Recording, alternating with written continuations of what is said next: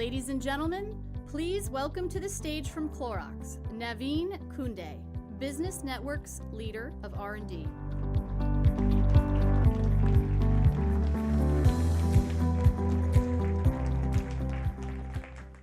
Come here, you. Awkward hug? Awkward hug. Good to see you. Yeah, good to see you too, Matt. We just agreed to an awkward hug. Yeah. Behind me. Well, I was going to give him a hug without him knowing about it, but he had to talk about it, and Matt had made it awkward. So It's my fault. It's yeah, my fault. yeah. So always your fault, Matt. So, by way of introduction, this is Navin. He's from Clorox, old friend, and we sort of challenged him to take on the post-lunch spot because everyone goes and eats, and they're it gets a little sleepy. Yeah. So we're like, of all the people, I think he's the best guy to be sitting here right now. So On the spot. we're just gonna have a conversation, and then we'll take some audience Q&A in a little bit.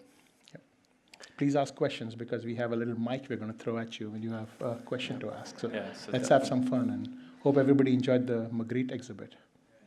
Yeah, it was cool, wasn't it? I was up there. That was awesome. I took a couple of pictures, and then they said one photo I'm not supposed to take. There was one that was forbidden. So Navin, talk to us about how you first got into the whole innovation game, open innovation game at Clorox.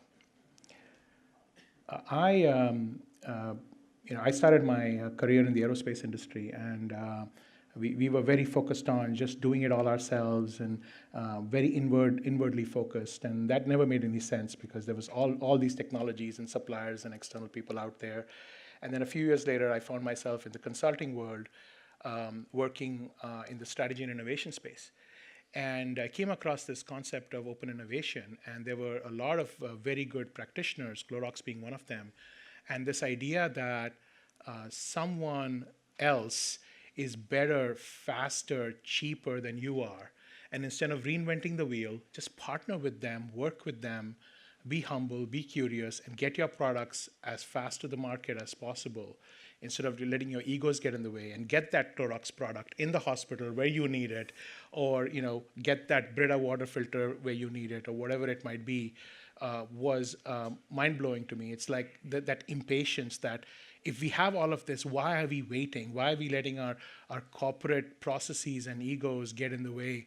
Let's get it there as fast as possible. So this concept of open innovation, of making the world your R&D lab, if you will, was fascinating to me. So I resolved that when I would throw in my consulting hat and be tired of traveling and do all those fun things, I would go find work at one of these companies, and that's what I did. When I was ready to quit consulting, I called a few of the chief innovation officers I knew. One of them was Clorox, and I said, "Hey, I'm Navin. I don't know if you remember me, but I want to come work for you. And it's nice that you work in the Bay Area because I've always wanted to live in the Bay Area." So that was kind of cool. And here I am.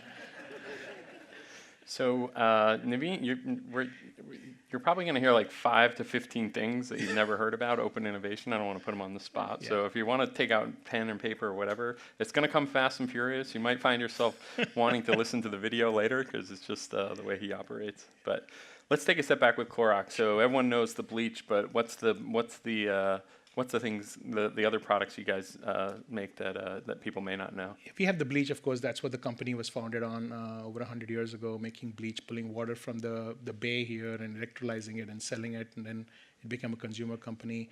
And then over the years, we've added other products. I mean, there's other Clorox products like the disinfecting wipes he talked about earlier, but people don't know. Burt's Bees is a brand that we bought like 10, 15 years ago. Natural personal care, lip balm, and other things. Brita water filtration, we have the license for that for the Americas. There's cat litter, Kingsford charcoal, if you guys are into grilling. I'm sure there are brands that I'm forgetting. Hidden Valley Ranch dressing. And these are all separately managed businesses. There's no bleach in our dressing, don't worry about it. And they're all separately managed businesses, and but they're all under the Clorox umbrella. And essentially, it's a consumer products company. The idea is to make consumer lives better every day, and that's what we do. Every business has a core and has an innovation arm, and then there are corporate innovation groups that support all the businesses as well as some of the leading edge businesses, and also sharpen the saw. So through practice, we develop these new ways of doing things and doing innovation, like open innovation and other things. And give us the context. People know CPG, but where do you guys fit? Procter and Gamble, you know. Yeah, I mean that's a good question, and I think that also is a reason why open innovation is such a big part of our strategy. Clorox is about $6 billion, give or take a few million, and Procter and Gamble, Unilever, they're about 10 to 15 times our size. And we had a CEO. There's some GE folks in the audience, I'm sure, who came from GE back in '99. And a gentleman named Wayne Delker, and he was in charge of innovation and R&D, and he looked at our portfolio, and he said, how do I compete with these other large companies? And I'm going to just stand up for this. I know they will hate me back there, but I'm going to do it. So they gave him this graph, right? And on this graph had on the y-axis had all the patents that these companies have, and then all the companies lined up. And so the first company was like Unilever, going way up there, like here, Procter and Gamble, number of patents, Kimberly-Clark, SC Johnson, and then Clorox, like down here, right? And he was like, how am I going to compete? But next to Clorox, somebody had this massive bar, going way up to the fourth floor where the Magritte exhibit is, which said suppliers and partners. And he had this aha that we could partner, tiny Clorox could partner with all those suppliers and partners, the Dow Chemicals and the BASFs and all those others, instead of trying to do it all themselves. So he said, instead of trying to outmuscle all these other guys, we're never going to get there. Let me just figure out a way to partner with them, let them know what are the problems our consumers are facing, because a lot of the B2B companies are sort of removed from the consumer, whereas we understand the consumer. Let's make that happen. That's where open innovation was born. We called it technology brokerage or some extremely boring name back then, but that's what evolved into open innovation. And so open innovation is really fundamentally part of the company philosophy. This idea that you have to be curious and humble and partner with others to succeed is sort of fundamental to our DNA and success. So when you guys look at like products and sort of what Clorox is good at, I mean, it's a pretty diverse portfolio, right? Brita filters, Burt's Bees. Jackson has little spit rags from Burt's Bees as well. So, but and then obviously the bleach and the wipes. So like, what is the, sometimes when you see that you go, what is this company good at? What are they kind of? So how do you guys think about that, where you can have the latitude to go play in, salad dressing one day and water pitchers the next day? Yeah. No, I think that's a very good question. When I was interviewing for Clorox, one of the questions I asked was, who put this schizophrenic portfolio of brands together? I mean, it doesn't make any sense. And they said it's because all these brands are strong brands that are sold to the consumer. That's sort of the common thread. And they're all sold through retail, Walmart, Target, wherever you go shop. And now it's all e-com. A lot of it is e-com. But that's the common thread. It's serving the consumer, and we're mostly an American company, but we're more global than people give us credit for. And so it's all about brand building around a strong product core. But the product doesn't have to be all done by ourselves. It can be done by us and a combination of partners. Because the consumer, at the end of the day, it doesn't really care where the technology comes from. They want the best possible product on the shelf at the best possible price that they can buy. So that's the philosophy which kind of threads all these brands together, is strong brands we believe in, strong products that we put together in the best possible way, working with whoever we need to work with, and then we get them to retail and all the channels that people shop in as efficiently and quickly as possible. So I was surprised how long you guys have been doing open innovation for. So if you go back to that tech brokerage, how long's the sort of effort been in place approximately? About 20 years. It's about 20 years. 99 is when Wayne came on. So maybe it took a couple of years to get everybody on board. Maybe I would say 17, 18 years at least. Mm-hmm. And it's evolved. I think over the years, we've kind of gone from it being about partnering with suppliers, that's where we started. That tall bar going to the fourth floor was all suppliers mostly.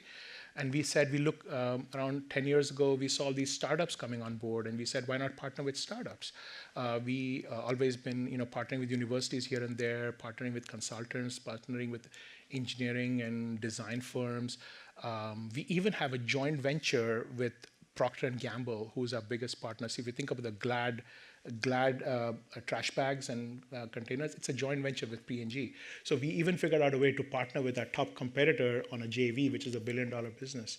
So it's over the years we've kind of evolved, and now it's all about analytics. It's about natural language processing, and we are taking a strong look at AI and AR, VR, and all those other things. So we are always focused on what's happening outside, and we have a group that's always laser focused on the problems of the inside. So trying to figure out what the problems are the inside and what's happening on the outside, and trying to make those two meet is sort of what we do. So there's a couple directions I can go in. I gotta choose one, but there's this question of hearts and minds, right? So how do you some people just bump in. They want to do open innovation. They want to get an ecosystem going, and they just bump into not invented here. And so what's the formula to try and break that stranglehold? There is no formula. It's really understanding the problem that you're trying to solve, not in a superficial level where somebody says, this is my problem and I got it, I can figure this out, but getting a little deeper and like really winning the hearts and minds of the people who have the problem, which is usually in their businesses. And they themselves see that, hey guys, we can't do this on our own. If you don't have them on board, then you'll be fighting them every bit of the way. We try not to force our way in. It's more of a softer, you attract more bees with a spoonful of honey than a pound of vinegar kind of an approach. And we have folks who are embedded in the business, who've come from the business, who work there, and who have a strong appreciation of what's happening outside. So it's, if you think about the hearts and the minds, it always starts with framing up the problem. And then a lot of our scientists sometimes they don't want to go outside because they feel threatened. They might be working on something on the inside, but they know that they can get to market that much faster. Why not? And it's not like we're just going to just license everything. It's usually a mix of the inside and the outside.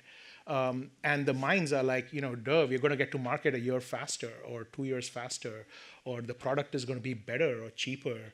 And so it becomes sort of a no-brainer. But the hearts start from hey guys, we can put out a better solution out there which can help the consumer, and a lot of us have that mindset.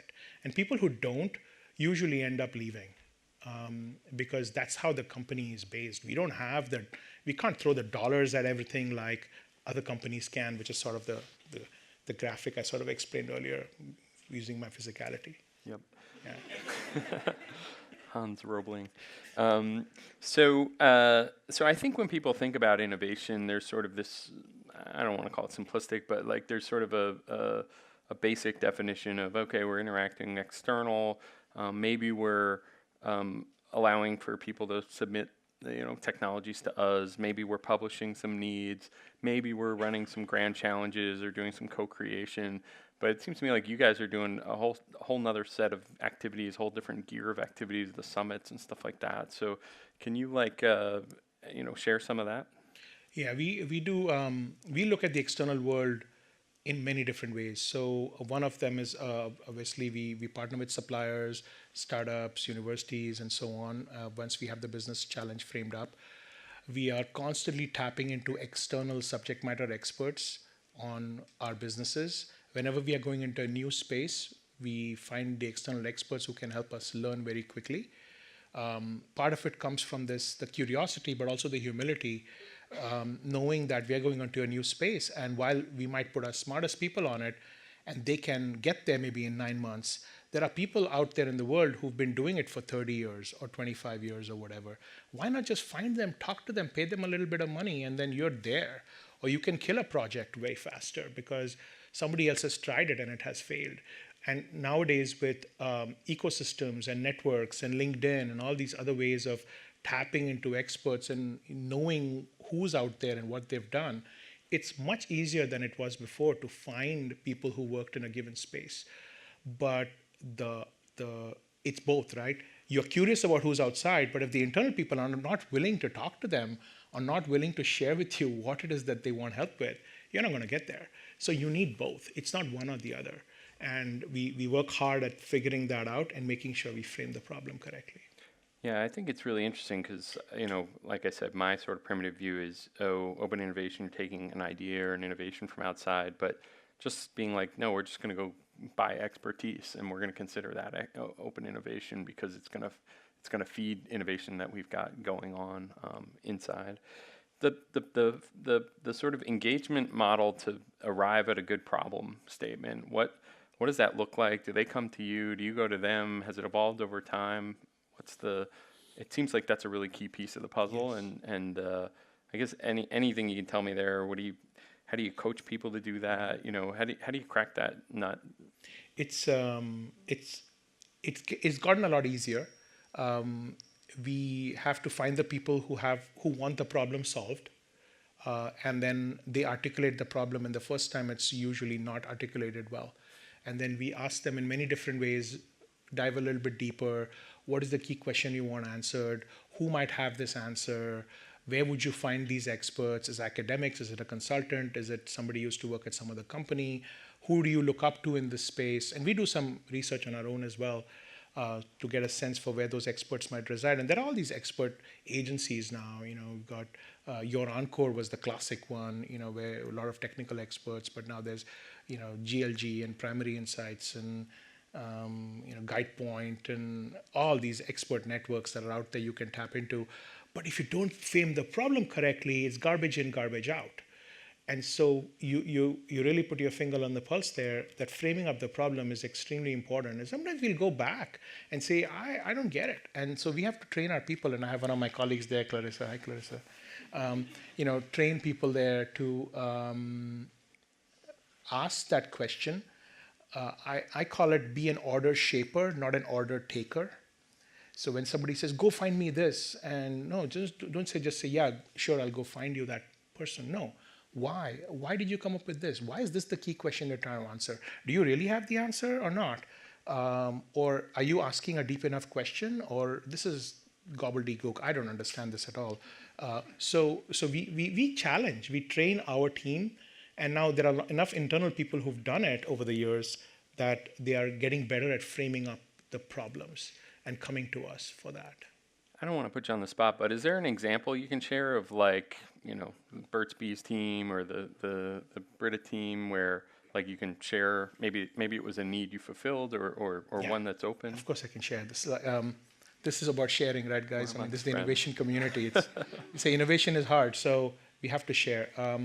I'll share with you the Burt's Bees example because I think a lot of people can associate with that. So how many people here know that Burt's Bees recently went into color cosmetics? So it's not just lip balm, but color cosmetics because the brand, the people hated the fact that a lot of women are putting these synthetic chemicals in their faces and so on. And if Burt's can put natural products instead of the chemicals, it's so much better. But we didn't know anything about the makeup industry or cosmetics.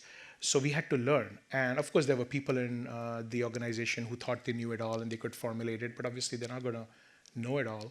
So we found them experts and so on. But the key, and we had a scientific advisory board, which we've had for a while, dermatologists and integrative health specialists and so on.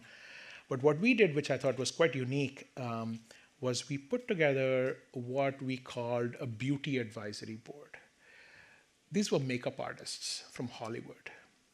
And so I was tasked with finding makeup artists from Hollywood to advise the Burt's Bees business on their color cosmetics line. And then we had some trend consultants also that we found. Futuristic, what is Gen Z doing? Forget millennials, they're like, yesterday's news. What is Gen Z doing? How are they thinking about it? This whole gender agnostic approach that they have and so on.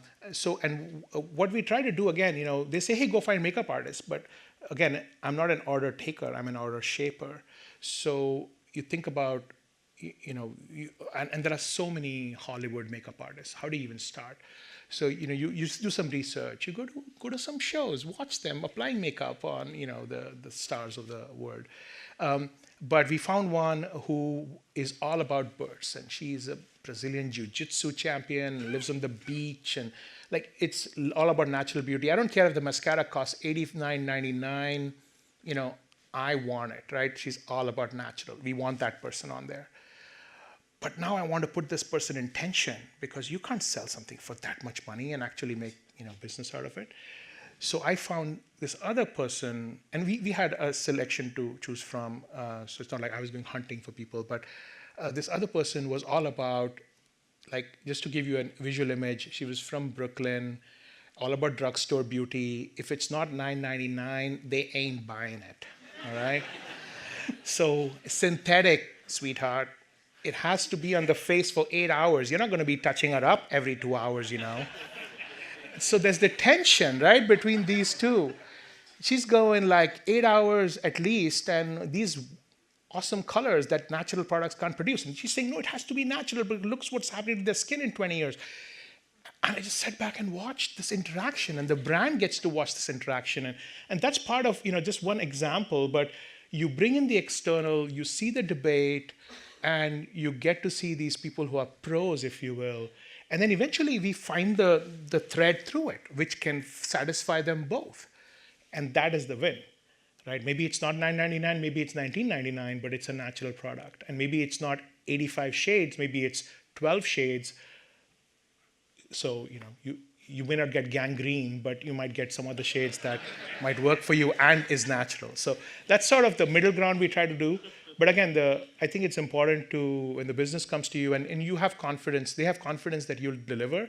And some of the requests are absolutely off the world crazy. I mean, but we find a way to do it, and we have fun with it. But first this request came to me, I had no idea what to do. But we said, hey, let's have some fun with this. I love the breadth of how you guys view open innovation. It's basically any contact, any relationship, expert, whatever, any that can just help us innovate, right? It's not, oh, we have to take it. We call it delivering external perspective and capability. And that is super broad. So it's external, anything external. So delivery is... Delivering to the business, external perspective, so knowledge, your advice, whatever, and capability. Okay, those are the kind of big pillars of what you guys do. Yeah. And the original ask from the business unit there was, we're just thinking about getting into cosmetics, or we're already in and we're not doing as well as we'd like? Yeah, the ask was that we're going to get in. Can you help us do this better? We're going. They're going to do it. But they're going to do it just kind of the way they would otherwise do it without external support. So, and I had a deadline to deliver, and I had to do it on a certain timeline and bring all the people along and so on. So because if you don't have the right stakeholders in the room listening to this debate, then you're not going to influence the actual business decisions that are being made. Yeah. What's another story where someone came to you or you went to them and just kind of a unique expression of your definition of open innovation? Since we have this picture here, I'm going to talk about this. Okay. This wasn't staged at all, guys. So see this picture? This is a Brita Stream picture. And see this little cage here? This was made by an outfit in India that we found, and we built this innovation network in India because we found a lot of our engineering firms in the US was simply shipping everything to India and charging us 3 times overhead. So I just went to India and found out who they were working with, and we worked directly with them. Anyway, so what this was is a very simple concept, There's no filter in there. So, but imagine you just pour the water in, and then you pour it out of here. And there's a filter in this cage that you see up front, and it's filtered as you pour. Okay, as you pour, it filters. But the old style pitchers are always filtered as you fill. If any of you own a Brita pitcher, half of it is the water that you put in, and there's a filter, and then it trickles down into the bottom, and that's clean water, and that's the water that needs to be cleaned. This is twice the volume, much easier, fits inside your fridge. But this was an innovation. They didn't have a lot of money for this. The base business was focused on, the older legacy pitcher that they were very focused on. That's core. But we found an inexpensive way very quickly to get the proof of concepts done in tight deadline, tight budget. And once they saw the proof of concept, everything was moving forward. And now it's the number 2 pitcher out there. So legacy is still number 1. This is number 2.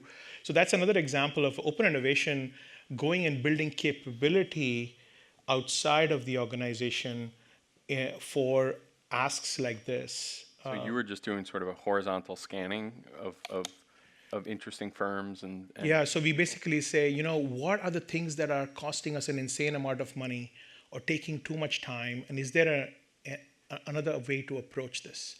And engineering firms hammered on these. Engineering firms are expensive, and what that does is it slows us down, or we can't do as many projects because instead of spending $500,000, I'm spending $15,000. I mean, that's a big. I can do 10 more experiments or whatever it is, and then of course the time. But then there are sacrifices, right? I mean, I'm on the phone from 8 to 9 every evening with the team in India.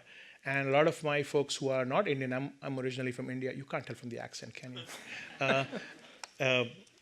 They don't have the patience, so sometimes the cultural barriers get in the way. They will never say no to you. They have this weird nod, like, what are they? Is it a no or a yes? This is a yes, this is a no, all right? If the Indian leads with his chin, it's a no. If he doesn't lead with his chin, it's a yes, all right? I learned something there. There you go. So, you're welcome. You're welcome. I guess I'm peppering So you. it's all that stuff that you have to overcome because you have to bring your whole organization along. You can't just be, just say, hey, all the Indians in the organization come with me. No, that's not how it works. They're all in IT. So. All right. Well, I could go on, and we have gone on and on. When I get off a call with Navin, I've got like 4 pages of notes, and I'm like, We've done 2 or 3 calls, and every time it's totally different. Yeah. That's how it goes. But I always learn something. So I'm gonna shift to audience questions. I'll come back if I feel so inclined. But we have these throwable mics. Voila. Yeah. Go for it. Catch boom. So you want to toss it? Sure. I'm happy to toss it. Anybody? Raise your hand if you want it. I'm going to get out of the lights, so there you go. Oh, it would have been more fun if the lights stayed down. It's way back there. So I'm going to toss it to you, and you can toss it to him, okay? No, I'm terrible at throwing. The wall. There you go. Perfect. Can you? Yeah? Yeah? Yeah. All right. How do you properly incentivize an external audience to participate with Clorox? How do we incentivize an external audience to Participate with you.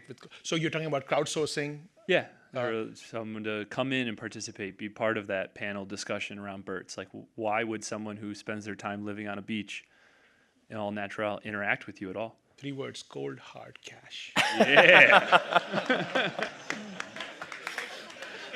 But Shocking. more than that, it's also being part of.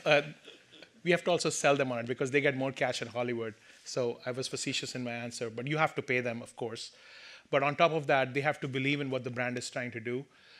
People get bored in their lives doing the same thing over and over, and they want to be part of something bigger and better and a legacy. This is not easy, and sometimes their ideas are rejected, and that's not easy for an artist. So we have to explain it to them. It's delicate, and you form a relationship, a bond. They want to be part of the future of what Burt's is trying to do. And a lot of them are avid fans of the brand. I usually try to find people who care about the brand and not just about the cold hard cash. So that's how you usually get the advisors to participate. It's a lengthy process. We kind of work hard at it, but it starts with a lot of going to these conferences, just really getting a sense for people, and saying this will be a good fit, this will not. Because a lot of people can do the work, but will they have the right resilience and the attitude and the right fit with the business? And that's where things kind of make or break. And that's something for us internal folks to judge. If I just outsource that and give it to somebody, they'll find me folks, but it won't be a good fit. We have another question here. Hey, yeah, this is pretty cool. We're buying these, by the way. I love these. So my question is around when you're working with those companies on the outside, putting those deals together, is there a templated program you do around intellectual property and, you know, how much each party's going to pay, or is every single one a new landscape for you? We have a standard form that we Can you use. give us like a framework of what that looks like? So are you talking specifically about working with a startup, for example? No, working with like a supplier, like they have a technology that you want to leverage, and you have something that takes that to the next level from a Yeah. something you've discovered, but you don't want to give that away because then they'll just go do it themselves. Or Right. how do you do that dance? This is let's talk offline as well, but broadly speaking, there are a few types of agreements we do. Sometimes it's a supplier agreement where in return for their innovation, we buy product from them, which is the current generation. So in some ways, we are paying for their innovation through buying their current stuff. So we have to have a strong relationship with our supply chain and procurement folks. So the innovation and the procurement folks work hand in hand. Another way is by giving them a licensing agreement where they get a percentage of the revenue. That a lot of times might work if it's a small startup or somebody, but we'll cap it because everybody has like huge dollar signs. They think everything's going to make $1 billion, and it doesn't. And then there are other things around, you know, when you co-develop something, you have to create some rules where I own this piece, you own that piece, and so on. And we find out if people want to play ball or not. If somebody is just being super greedy and is always trying to grab, we walk away. We don't want to work with them because this is not going to work in the long run. So we tend to work with people who have the right attitude and want to work with us in the long term and not just some of the short-term people. So we watch for the attitude as well when we are negotiating. We try to be fair, you know, and we have a good reputation in the supply space for that. So just to follow up to that, what's like a percentage? Like how many of these companies don't get the long range view? Like just try and take. I mean, is there a percentage you can give us? Are the majority of them? Most of the large companies get the long view. Okay. Some of the smaller ones just don't. A lot of the inventors we've had trouble with. Some inventor will come to us and they have outsized expectations of what this will do. They are so much in love with their solution. They get very upset when you tell them this is actually solving a problem which has a tiny market size, or I have 5 other things I would rather launch than this, and they get angry, and you have to just take it and move on to the next person. And that's just human emotion because people have so much invested in their product, right? I mean, they've put their money into it. They've put friends and family funds and years of their life, and it gets emotional. So we try to be empathetic about that, but also you have to have the business sense because going down the road and then both parties fail is not going to help anyone. As Open Innovation, we try to have the best interests of the partnership in mind.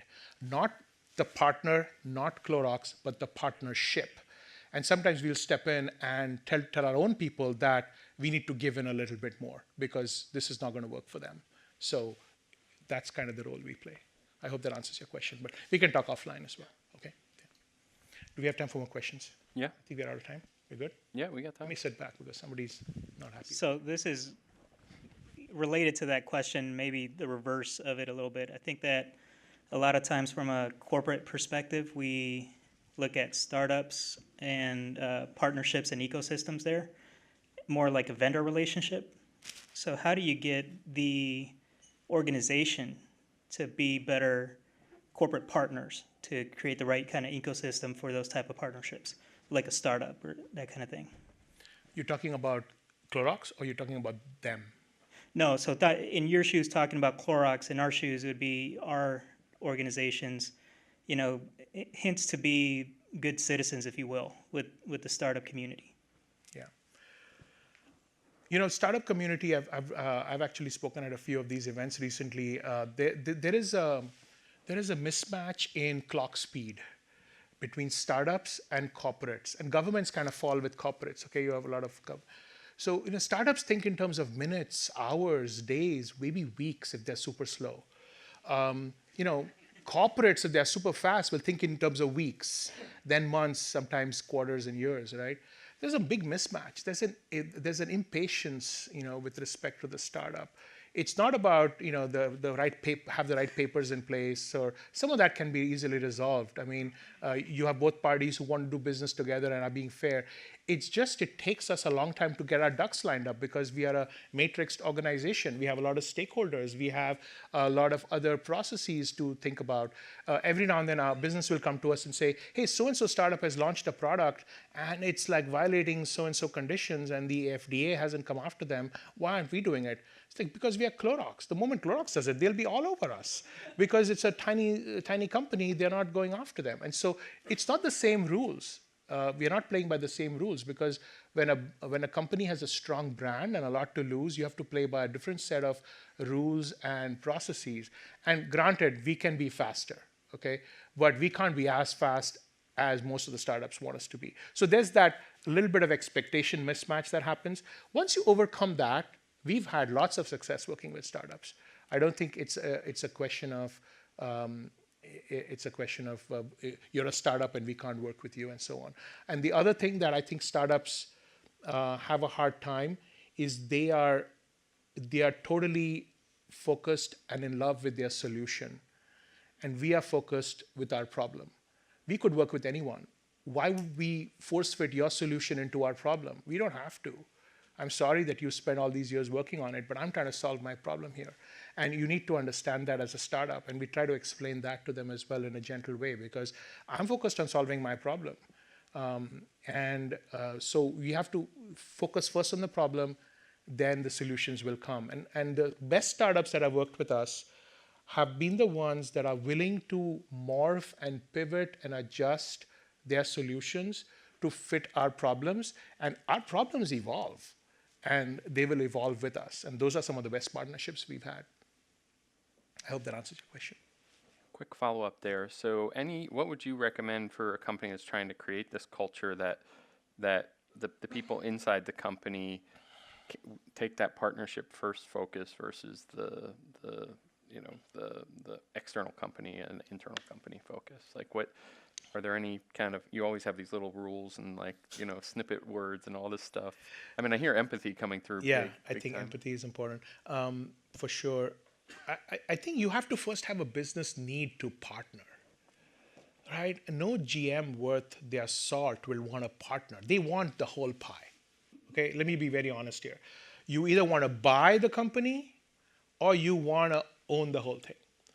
Partnering takes give and take, and both of you putting something together. It's a lot harder. But you have to recognize that you need something and that you can't have, and somebody else has something that you need.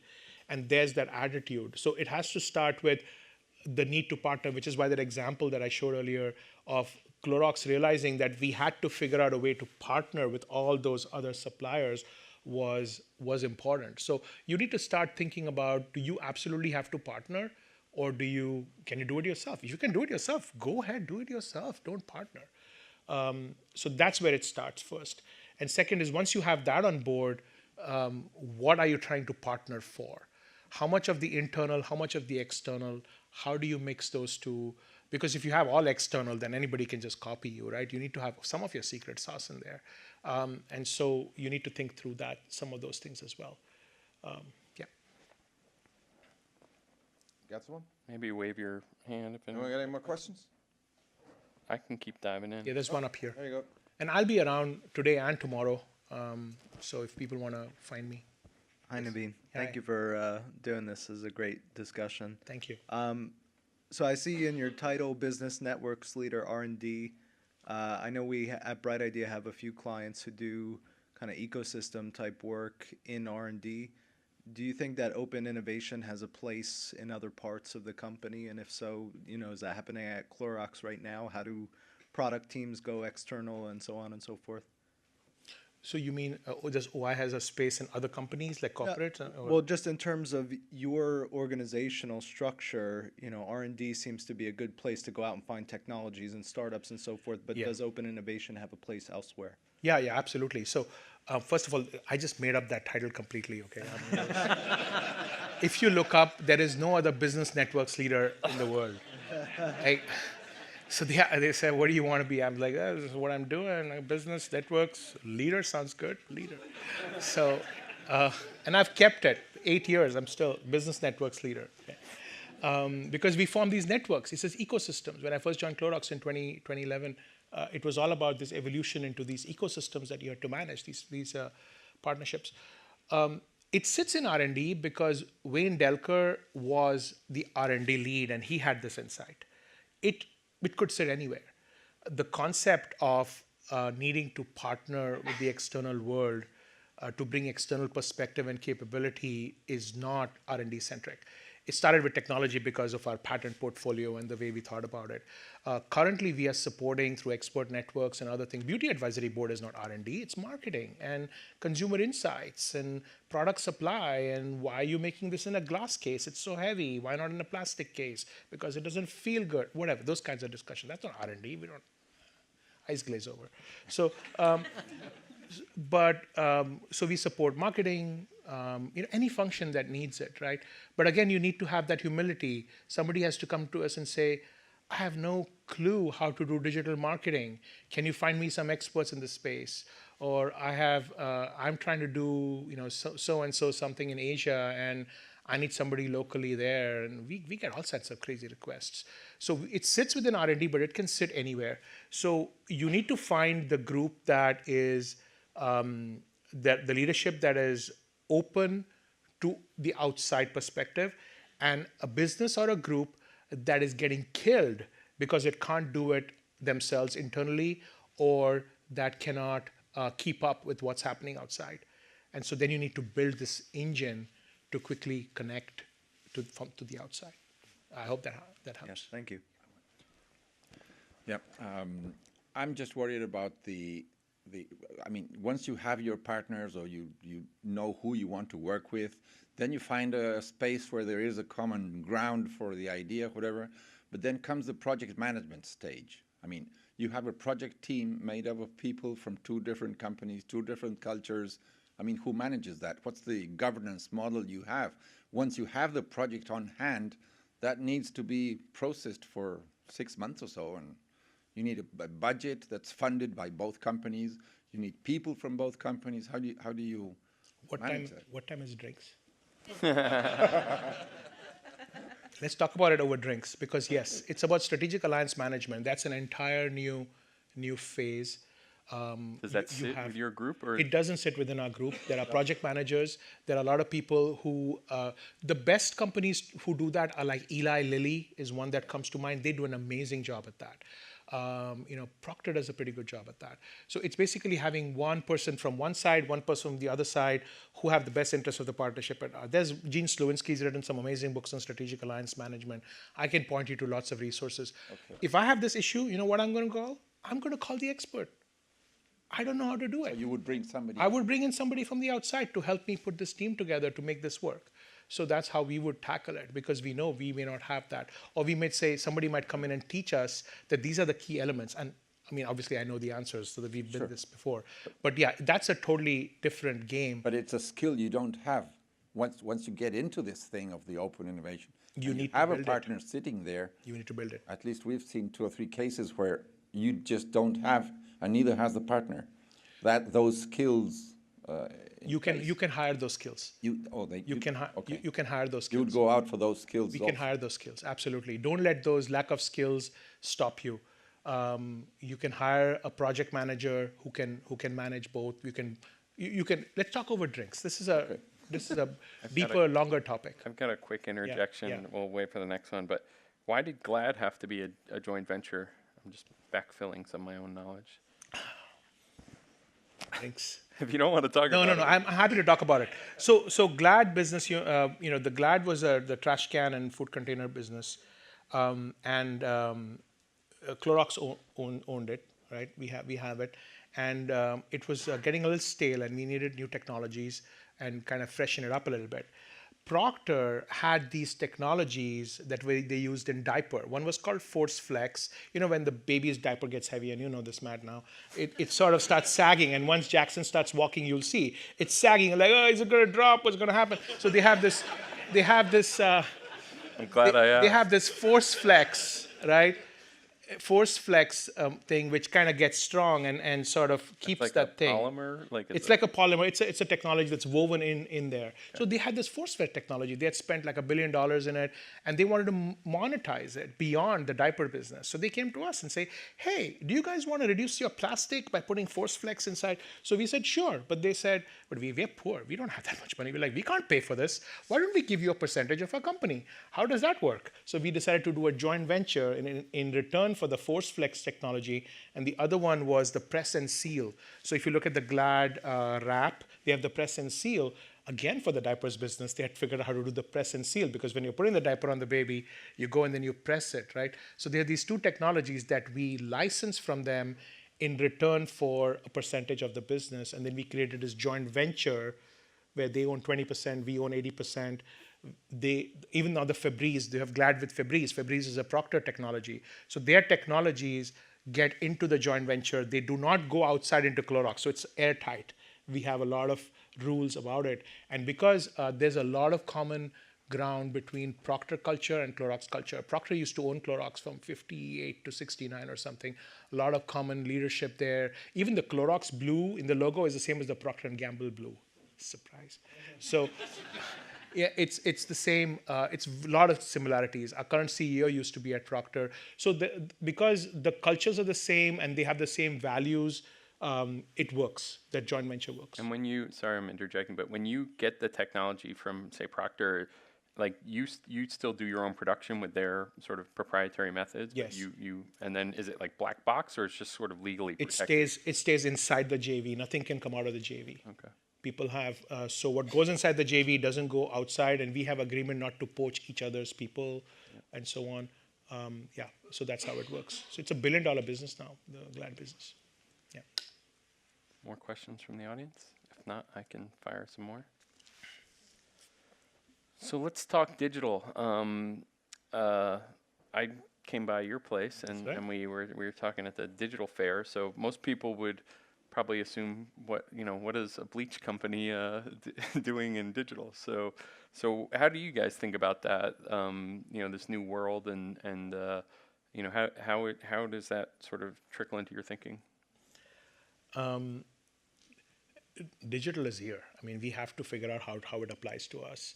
So it starts with marketing, because our consumer, and except for the Kingsford charcoal brand, it's a she is shopping and on her phone way more than reading the inserts in the Sunday newspaper for ads, and watching TV with the DVRs and stuff. Nobody watches ads anymore. And so we had to get digital to get to her where she shops, to understand how people interact. So the marketing organization took the lead, and we decided that most of our ads would be digital. We went from practically no digital presence 3 years ago to more than 50% of our spend is digital now. So marketing to the lead, because that's where it is. And we have some crazy things they do. They work with the Weather Channel, for example, to understand what the weather patterns are going to be, and when to do advertising for Kingsford, because it's going to be warm in Atlanta this weekend and people might want to grill, and there's a cold snap in Florida, so take the ads off. And in Burt's Bees, in Madison, in New York, when the winds are blowing from the north and it's cold, they make sure that all the Dwayne Reeds along those avenues get stocked with extra lip balm, because people forgot their lip balm. I need to go get lip balm, and they don't want to run out. And they have all this amazing technology that links it all. Following that is the R&D people are sort of next on board, which is why we're just starting on the digital journey now, and that's part of the create.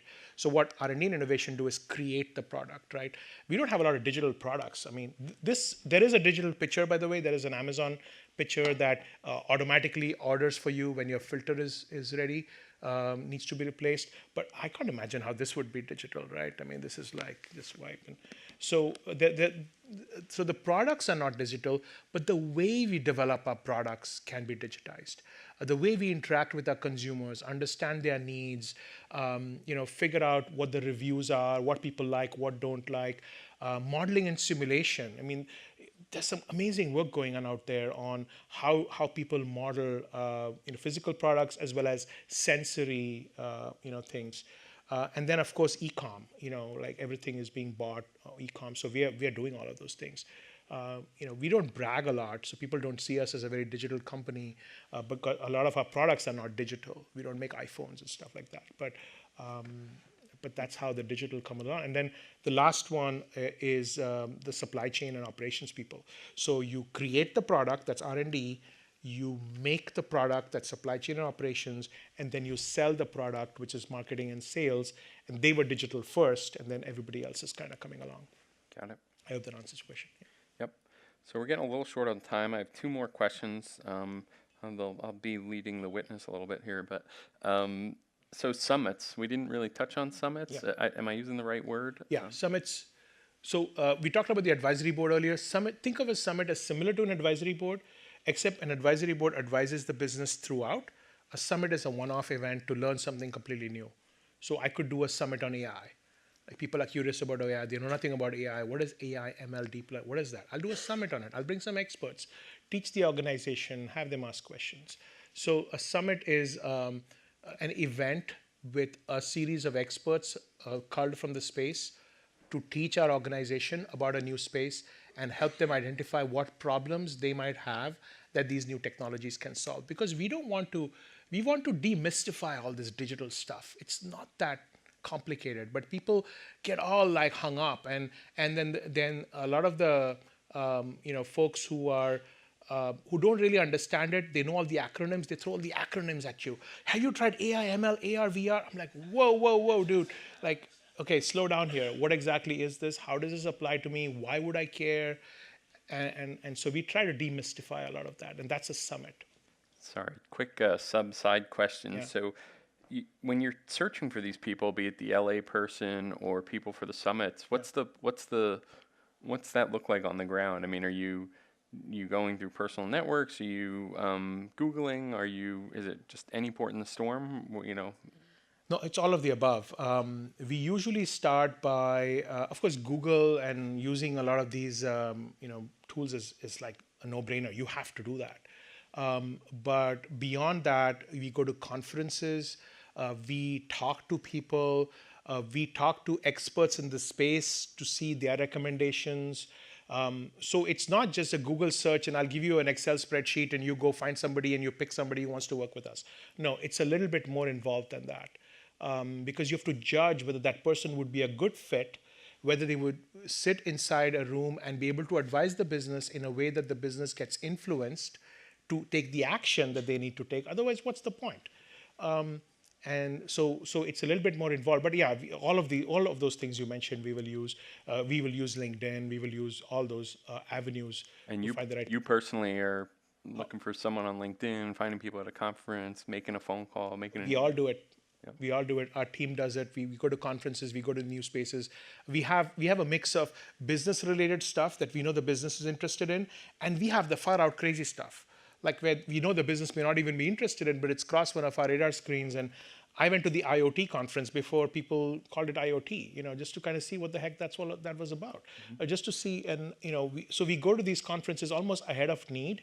And if it doesn't develop, that's okay, but at least we know what that's about. Yep. So one last question here, change gears, and again, a bit of a setup, but why are you here? For the food, man. I'll lead you further if you don't know where I'm going. No. I know exactly where you're going. So I'm here because I want to give back to the community, the innovation community. Innovation is hard. I mean, you've seen a few people say this already this morning. Innovation is hard. And we have to all be in it together. We have to share these stories together. It's the how. I think the GM guys were here last year, and they were just getting started. I think Will and Ahmad and some of those guys. And look how far they've come along. They've tapped into the community. We've tapped into the bright idea community. We've all helped innovate. And that story you told me this morning really touched me, because if there are so many ways that innovation process can go wrong. But if all those things do connect, then that product ends up where you can use it for your family when you need it, right?